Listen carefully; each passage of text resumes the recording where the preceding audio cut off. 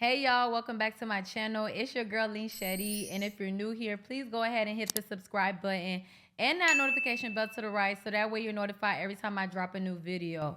Y'all liking the new location? Y'all, I decided to come downstairs. I got the house all to myself because my sister went out of town. My niece is in school, so I was like, you know what, let me change up the location because y'all, it's a struggle doing it in my room. It's so tight, and I got this 50mm lens, and I be struggling. The lighting be off, so I just was like, I'm gonna come downstairs and make it easy for myself. And y'all, it looks so good. I think I'm gonna have to do it down here more often. This looks really good. Y'all see this makeup look?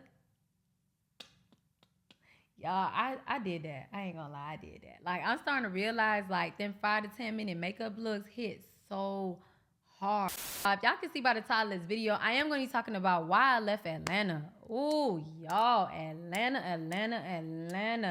Now, what business did I have in Atlanta? Here's the tea. Let me get my tea. Atlanta. Home of the fake. I'm just kidding, y'all. But y'all, I love Atlanta. I'm not going to talk trash on that city. Like, being from Miami, because I was born and raised in Miami, Florida, went to school in Louisiana for college, and I went to school in a country town. Being in that country town and then being from Miami, Atlanta is like a perfect mix. It's like country city. So I love Atlanta. I love the way it looks. I love the people. Some of the people, I'm not gonna lie. Some of the people are like that old school Atlanta. They embody the culture of the South. I love that. And then others are like fake. Like, I've never been to LA, but I've always heard, I think LA is the city that they always talk about in California that is home of the fake. I feel like that's what Atlanta is becoming. Like, Atlanta, oh my God, like the transplants, like the people that are moving there are changing the culture of that city. Like, what Atlanta used to be, when I ended up moving there, it wasn't that anymore. It wasn't that. Like, I got into content creation because my boyfriend, he taught me photography and videography. He like deep nose dived into entrepreneurship straight after college. And y'all, I would not advise do that. Y'all, I kind of did it a little bit later, but y'all, please don't try to be super independent, super young. Please, I'm telling you, don't do it. Don't do it. Listen to me, young folk. Don't do it. I wanted to be super grown, super young. 22 years old, moving on your own, I don't advise. I don't advise that. Yes, you are grown, but you don't really know the world yet. So please don't follow your friends. Don't follow a man. I followed a man, y'all. Don't be like me. I followed my man, trying to be super independent, super young, super fast. And y'all, don't do it. It's the biggest mistake. Listen to your parents. If you have parents that have offered to pay your bills, to basically say, come home, baby, come home and stack your money. Because everybody's parents ain't like that. Like, my parents was one of them ones. You could come home, stack your money for a couple of years, and then get on and go about your business.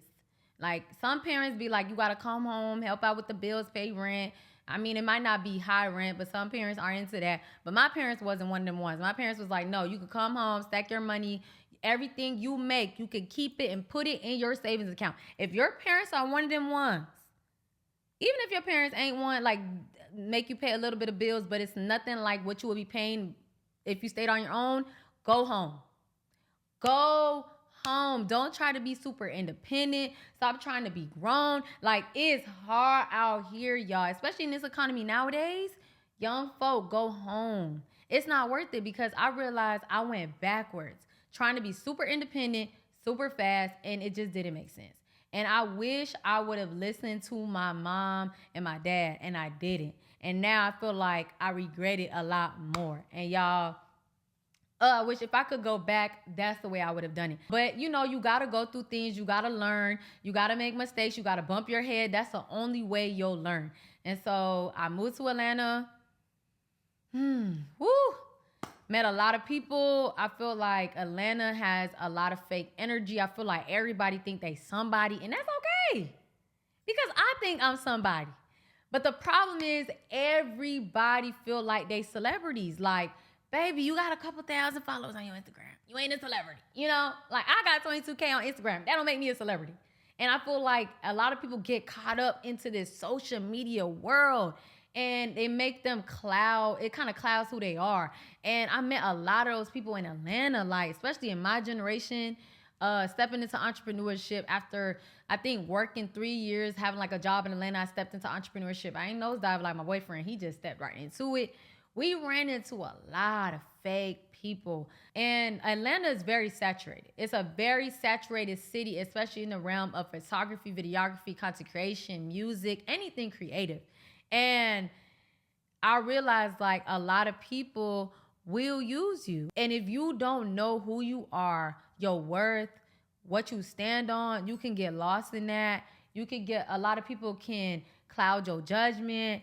And it's just, if you don't stand on who you are and stand on your big business, you can get used. And I definitely got used a lot of times. And I realized like I started getting depressed. I had stepped away from content creation. I had stepped away from photography for like 3-4 years.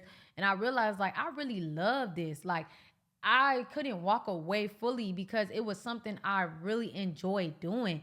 And being in Atlanta and getting so depressed and so just not feeling worthy, like people don't really support you, especially if you don't have like thousands of followers on Instagram. If you ain't that it girl, it boy, like they so big into the algorithm, social media, living lavish world that I felt like because I wasn't living that, because I wasn't, that, like I drive a 2012 Honda Accord, y'all.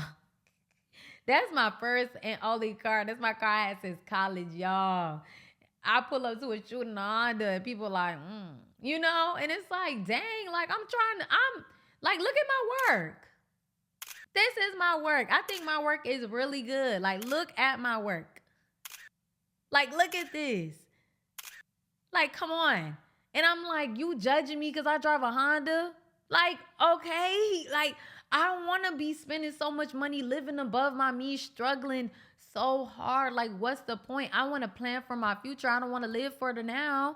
And I feel like living in Atlanta, I wasn't planning for the future. I was living for the now. I wasn't living. I was surviving. Atlanta's expensive for no reason. Gas, food, apartments, all like one bedroom. I was paying $2,000 for a one bedroom apartment, y'all. And it wasn't as luxury as they were advertising it to be. It was absolute the worst apartment I ever lived in Atlanta. And I was paying $2,000 a month. And I just felt like at that point, I had to make a decision. I felt like I was throwing away money. I felt like I wasn't investing the way I needed to invest. And I just felt like, damn, girl, like, you got to do something different. Because if you don't do something different, like if you don't make a change, you're not going to grow. You're not going to go far doing what it is that you're doing. And I realized that, like, you know what? I got to get out this city. This city is just not doing it for me. Like, I love Atlanta. I feel like that will always be home. But in order for me to grow in this season where I'm at, it ain't the place for me.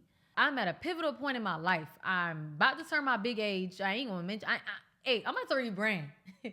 I'm about to rebrand. So if you meet me now, I'm 25. I'm not going to tell you how old I am, but I'm 25. That's my rebrand age because I'm not about to be going around telling everybody my big age anymore. My rebrand age is I'm 25. But as I'm about to enter my big age, I'm looking at my life and I'm like, something got to shake. Like, you got to make some changes. You got to take some risks because what you doing is not working. You playing it too safe. You too comfortable. The economy is high. Bills are high. Everything is high. Food, everything, gas. And I'm just looking at it like, I got to make something shake. I need to be in a more grounding and humbling space where I can really network with genuine people that want to grow together. I feel like in Atlanta, I ran into a lot of people with big egos.